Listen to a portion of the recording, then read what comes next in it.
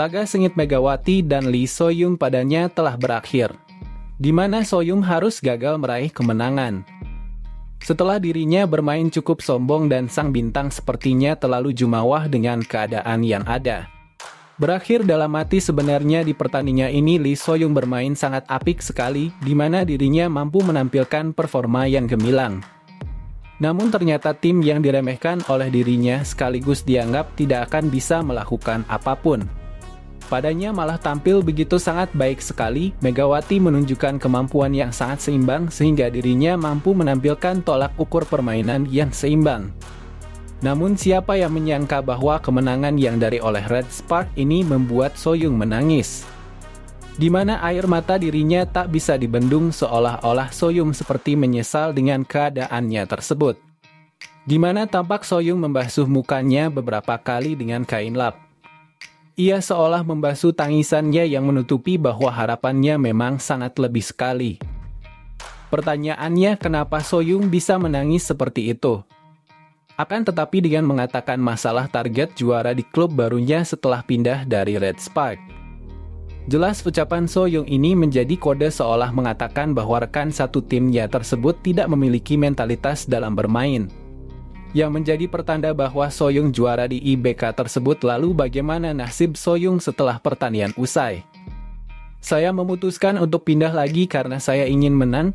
Baik pelatih dan klub mengatakan mereka membutuhkan saya dan kami juga berbicara tentang kekuatan tim tahun ini. Syaratnya terpenuhi dengan baik. Kami bersama di GS Caltech ketika kami masih pemula, kata Lee So-young. Namun siapa yang menyangka bahwa ucapan So-young itu tidak sesuai dengan apa yang terjadi di atas lapangan.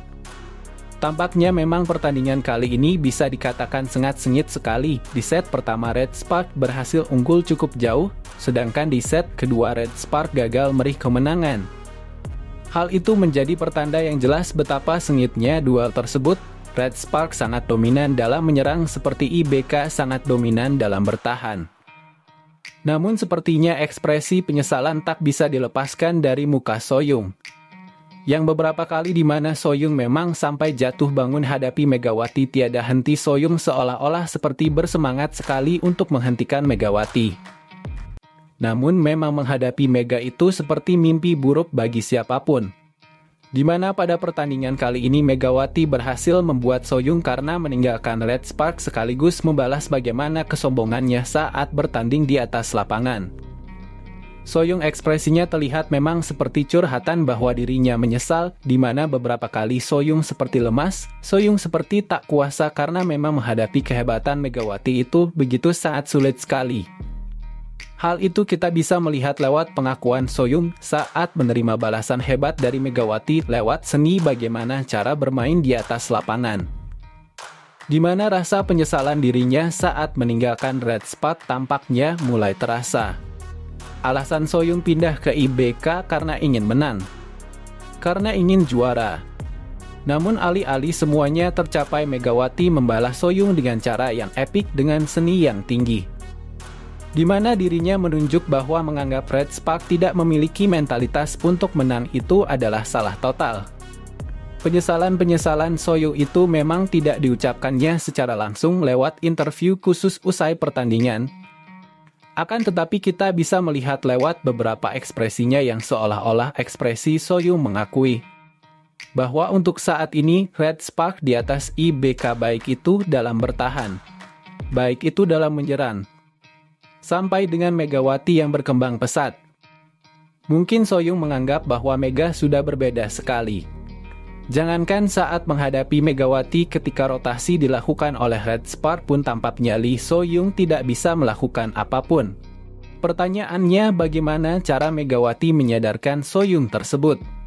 Inilah hebatnya Megawati. Mega membuat So-young menyesal bukan dengan kata-kata, bukan dengan ucapan atau apapun, tapi Megawati menunjukkan lewat seni permainan yang membuat So-young tidak bisa bergerak sedikit pun.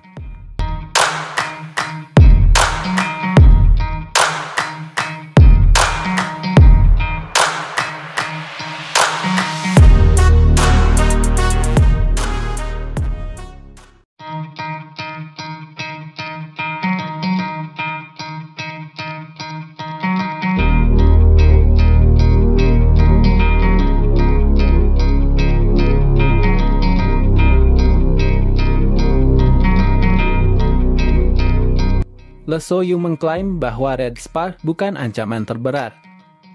Mantan Kapten Red Sparks Lee So-young menepikan Megawati dari daftar pevoli pantas diwaspadai pada gelaran Liga Voli Putri Korea 2024-2025. Parahnya lagi, penggawa timnas voli putri Korea Selatan tersebut juga tak memasukkan Red Sparks dalam daftar favorit juara.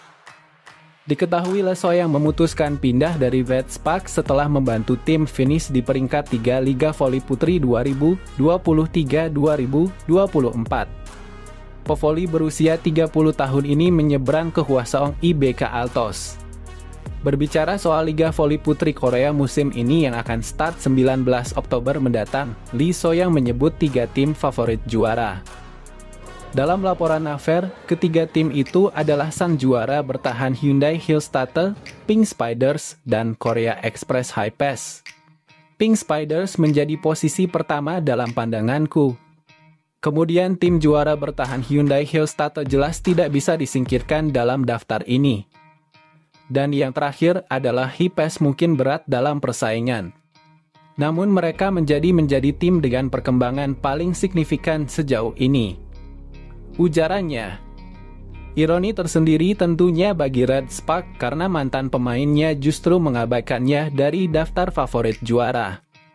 Terlebih skuad asuhan Ko Hae-jin juga semakin garang dengan kedatangan Vanja Bukilik yang musim lalu berada di 3 besar daftar top skor sektor putri. Kehadirannya diperkirakan bakal lebih menajamkan lini serang Red Sparks, di mana Gia musim lalu mengisi kuota pemain asing non-Asia. Kombonya bersama Mega menjadi salah satu yang paling bisa mengancam Liga Voli Putri Korea 2024-2025. Namun lagi-lagi Lee So-young tidak memasukkan Megawati dalam daftar pevoli paling berpengaruh di musim ini. Menurutnya, Kim Yeon-kong, Pink Spiders, dan Kang So-fi High Pass bakal menjadi protagonis sebagai penentu dari masing-masing timnya. Kim Yeon-kong merupakan pilihan yang logis, sebab secara kualitas dan pengalaman dengan julukan Ratu Voli Korea itu jauh di atas Mega. Selain itu, dalam wawancara terbaru dengan salah satu TV sport Korea, Sun Sport, Ko Hae-jin seakan tak menggubris pernyataan mantan pemainnya tersebut dan memilih untuk merendah. Kala diwawancarai oleh Lee yang di musim lalu juga menjadi bagian staf pelatihan Ko Hae-jin di Red Sparks, Ko Hae-jin menjelaskan bahwa datangnya Bukilik akan menambah daya serang Red Sparks meskipun posisinya sama dengan Megawati. Hal ini malah dibuat sebagai tantangan oleh Ko Hae-jin. Yang sudah kita ketahui pada musim lalu, Ko Hae-jin juga banyak membuat strategi dan bisa kembali merasakan playoff di akhir musim setelah selama 7 tahun tak bisa lolos. Tak hanya itu, Ko Hae-jin juga memberikan kredit spesial untuk fans Red Sparks yang berasal dari Indonesia. Ia menilai fans Indonesia adalah yang terbaik, meskipun awalnya ia juga tak menduga akan mendapatkan support yang begitu tinggi. Tak lupa ia juga mengucapkan terima kasih. Lantas seperti apa laga perdana pertemuan Red Sparks dengan IBK Altos yang dijadwalkan pada 30 September ini? Megawati Hanestri menjadi satu dari 2 pevoli putri Asia yang dipertahankan oleh klub Liga Korea yakni Red Sparks untuk menandingi turnamen K-League musim depan. Megawati Hanestri atau disapa Megatron mendapat perpanjangan kontrak dari Red Sparks atas rekomendasi staf kepelatihan termasuk sang pelatih Ko Hae-jin. Untuk diketahui, Megawati Hanestri juga mendapat kenaikan gaji yang cukup fantastis yakni senilai $150.000 Amerika atau setara dengan 2,5 miliar rupiah per musim. Sementara itu, legenda voli putri Korea Selatan Kim Yeon-kong angkat bicara soal Megatron bakal kembali menjadi rival terberatnya di turnamen V-League musim 2024-2025. Mengutip laman STN News Korea, Kim Yeon-kong tak ragu mengatakan jika Red Sparks yang masih diperkuat Megawati akan menjadi saingan terberat bagi Pink Spiders.